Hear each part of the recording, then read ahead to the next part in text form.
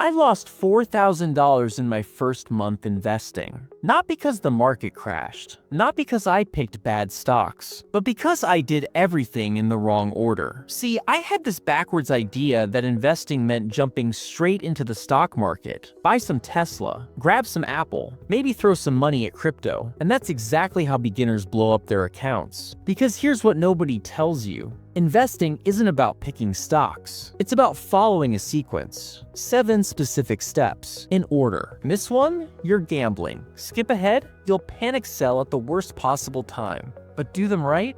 You'll build real wealth while everyone else is still trying to figure out which app to download. So if I could start over today with everything I know now, these are the only 7 things I'd do. And I'm warning you right now, step 3 is the opposite of what every finance bro on the internet tells you. Let's go. Step 1. Get your financial foundation solid before you invest a single dollar. And I know what you're thinking, but everyone's making money in the market right now. I need to get in before I miss out. That's FOMO talking. And FOMO is expensive. Here's a stat that should terrify you. 62% of Americans can't cover a $1,000 emergency without going into debt. And you know what happens when your car breaks down and you don't have cash saved?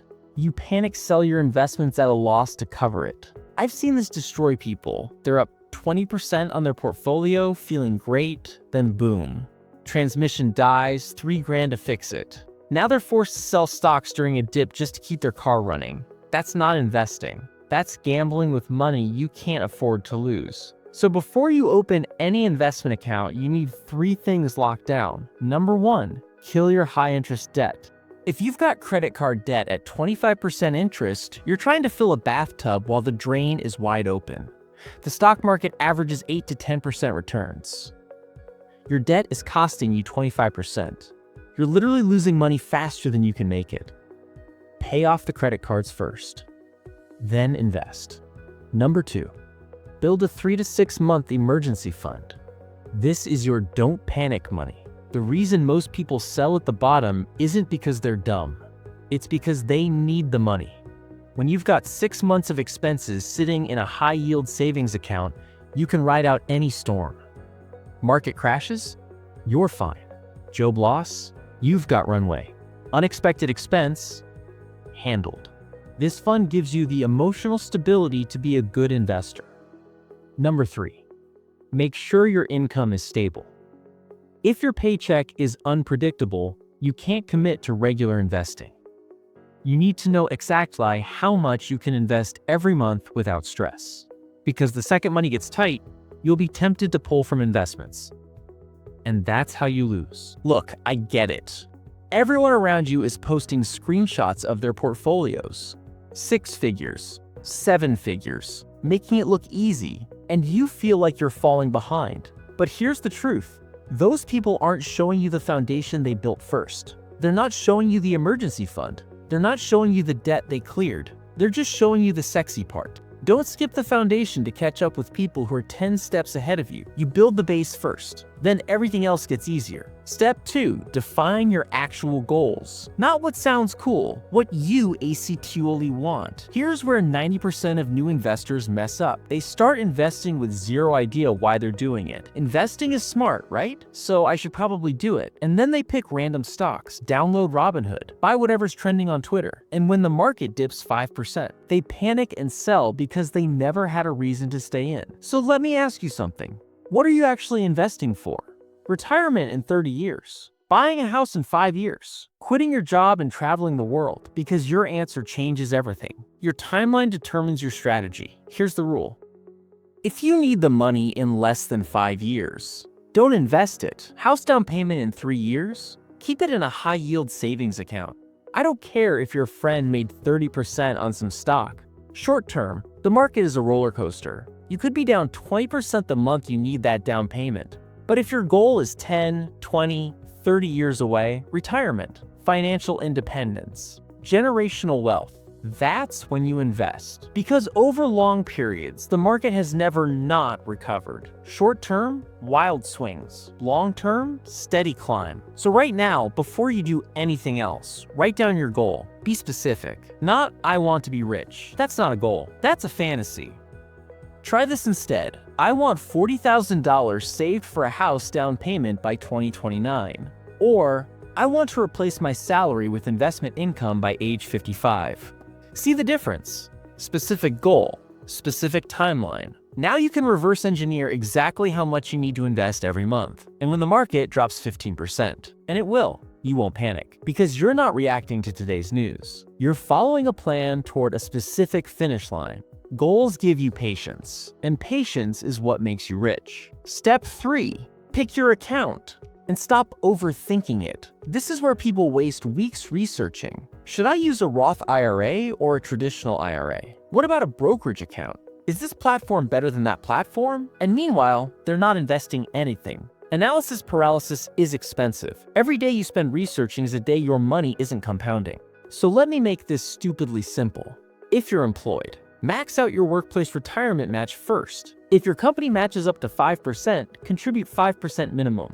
That's free money. If you're not taking it, you're literally saying no to a raise. I don't care if you're in debt. I don't care if you're building your emergency fund. Get the match. It's a 100% instant return. Then, open a tax-advantaged account. In the US, that's usually a Roth IRA. In the UK, it's a stocks and shares ISA. Canada has TFSAs. The specifics don't matter. Just Google tax-advantaged investment account plus your country. Why does this matter? Because normally when you make money investing, the government takes a cut. But in these accounts, your gains grow tax-free.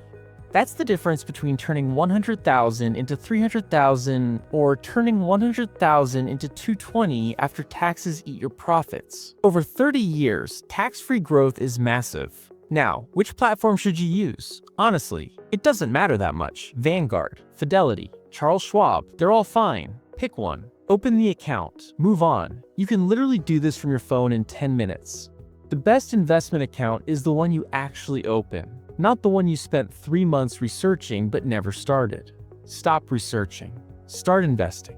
Step 4. Start small, but be ruthlessly consistent. Listen to this. If you invest just $100 a month earning 8% annual returns, in 30 years you'll have $149,000. You only put in $36,000 yourself. The other $113,000? That's compound interest doing the work for you. But here's the catch. Most people never get there. Why? Because they're scared. What if I pick the wrong stocks? What if the market crashes right after I buy? What if I lose everything? So they wait. And wait, and wait for the perfect time to start. Spoiler alert, there is no perfect time. The market will always feel risky. There will always be some crisis on the news, some election, some war, some recession fear.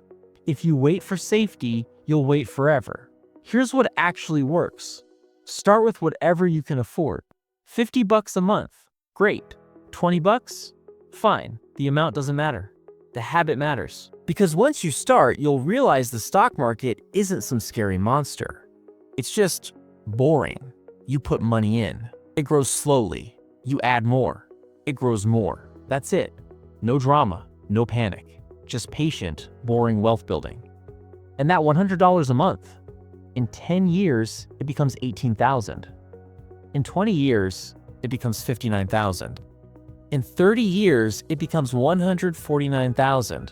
Same $100. Same monthly commitment.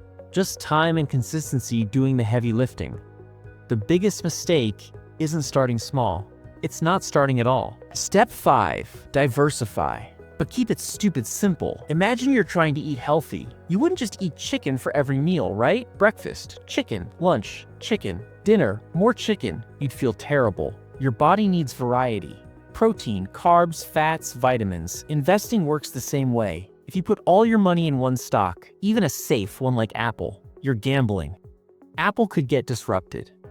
New CEO could tank it. Regulations could crush them. When that one thing fails, you lose everything. That's not investing. That's betting. So here's what I'd do if I started today. Forget picking individual stocks. Forget trying to find the next Amazon. Just buy index funds. What's an index fund?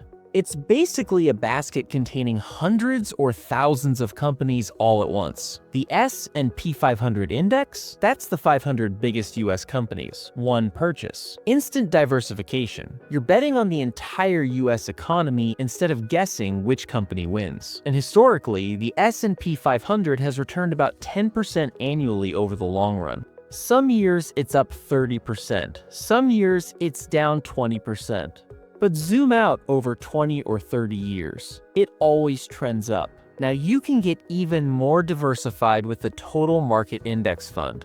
That's not just big companies. That's everything.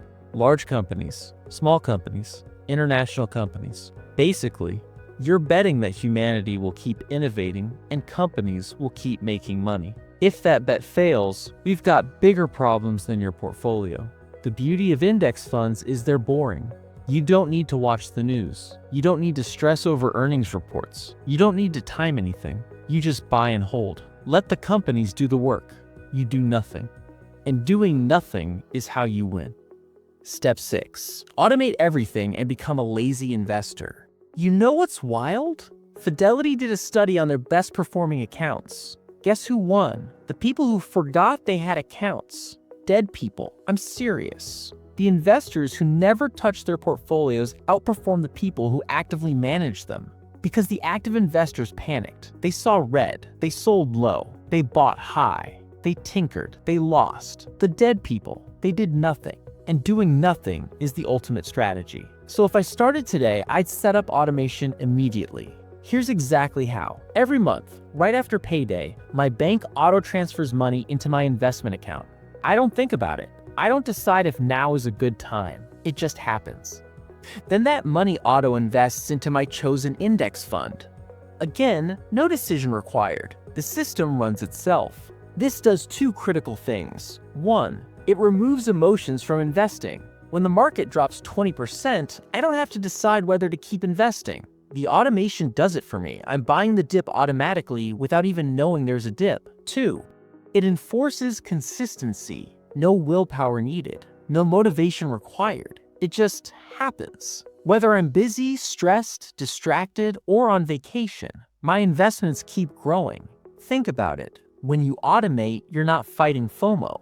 You're not fighting fear. You're not asking yourself, is the market too high right now? You're just investing every month without thinking. And 30 years from now, you'll look at your account and realize you became wealthy by accident. Because you set up a system and then forgot about it. That's the power of automation. You win by being too lazy to mess it up. Step 7. Learn to stay calm when the market crashes. Not if it crashes, when. Because it will. The stock market has crashed 19 times in the past 150 years. And every single time, it recovered and hit new highs. But here's the problem. When it happens to you, it doesn't feel like a temporary dip. It feels like the end of the world. You're watching your account bleed thousands of dollars. The news is screaming about recession. Your coworker just sold everything. And you're thinking, maybe I should sell too before I lose it all. That's the moment that separates people who build wealth from people who stay broke. Let me show you something. The Great Depression. Worst crash in history. Took 4 years to hit bottom. If you panicked and sold, you locked in massive losses. But if you held, your portfolio eventually recovered and grew 10 times over. The 2008 financial crisis. Market dropped 57%. Investors who sold at the bottom lost everything. Investors who held recovered in 3 years and doubled their money by 2013. The COVID crash. Market dropped 34% in 1 month. Terrifying, right? Recovered in 4 months. Fastest recovery in history. You see the pattern? Every crash looks like the end. Every crash feels different this time. But every crash ends the same way. Recovery and new highs. So when the next crash comes, and it's coming, I promise you, here's what you do. Nothing. You do absolutely nothing. You don't check your account every day. You don't read the financial news. You don't ask your coworker what they're doing. You just keep auto-investing like nothing happened. Because here's the secret. Market crashes are when you make your money. When everyone's panicking and selling, you're buying at a discount. That automated investment hitting during a crash, You're buying stocks for 50% off. And when the market recovers, which it always does, those discounted shares become your biggest winners. The market doesn't reward panic. It rewards patience. And this is why everything we talked about matters. Your emergency fund means you're not forced to sell. Your clear goals keep you focused on the long term. Your diversification protects you from total collapse. Your automation removes the emotional decision. When you've done steps 1 through 6 correctly, step 7 becomes easy. You can ride out any storm because you're not investing with money you need next month. You're investing with money you won't touch for decades. And over decades, every crash is just noise. That's it. 7 steps. Not just hype, not complicated, just effective. You don't need a finance degree. You don't need insider knowledge. You don't need to pick the next Tesla. You just need to follow this sequence and give it time. The people who get rich from investing aren't the smartest. They're the most patient. If this helped, subscribe because I break down money strategies like this every week. And if you're serious about mastering this in 2026, drop a comment telling me which step you're starting with. I'll see you in the next one.